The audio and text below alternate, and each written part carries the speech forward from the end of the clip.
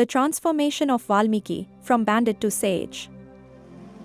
Snuggle up close, my little chickadees, and listen to the story of Valmiki. Now, Valmiki wasn't always a good man, oh no.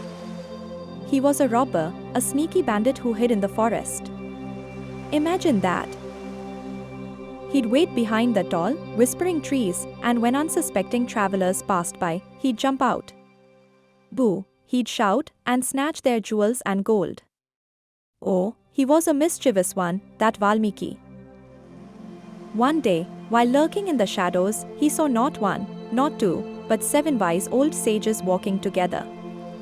They were holy men with long white beards and kind eyes. Valmiki, thinking they carried many treasures, leaped out to scare them. But these sages were different. They weren't afraid of Valmiki. Instead, they looked at him with pity and asked, "Why do you do this, young man? Stealing is wrong, you know."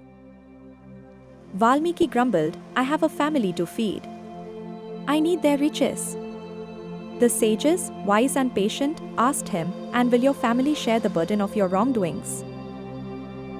Valmiki, sure of his family's love, went to ask them. But to his dismay, they said, "No. You chose this path, and you alone must face the consequences." Valmiki's heart sunk. He returned to the 7 sages, realizing how wrong he had been. Seeing his remorse, the sages decided to help him. They taught him a special word, a magical word, Mara, which is Rama in reverse when pronounced. They told him to close his eyes and repeat this word with all his heart. Valmiki obeyed. He sat under the trees, chanting, "Mara, Mara, Mara," over and over again. He chanted for so long that an anthill grew around him. When he finally opened his eyes, he was a changed man. He had chanted Mara for so long that it sounded like Rama.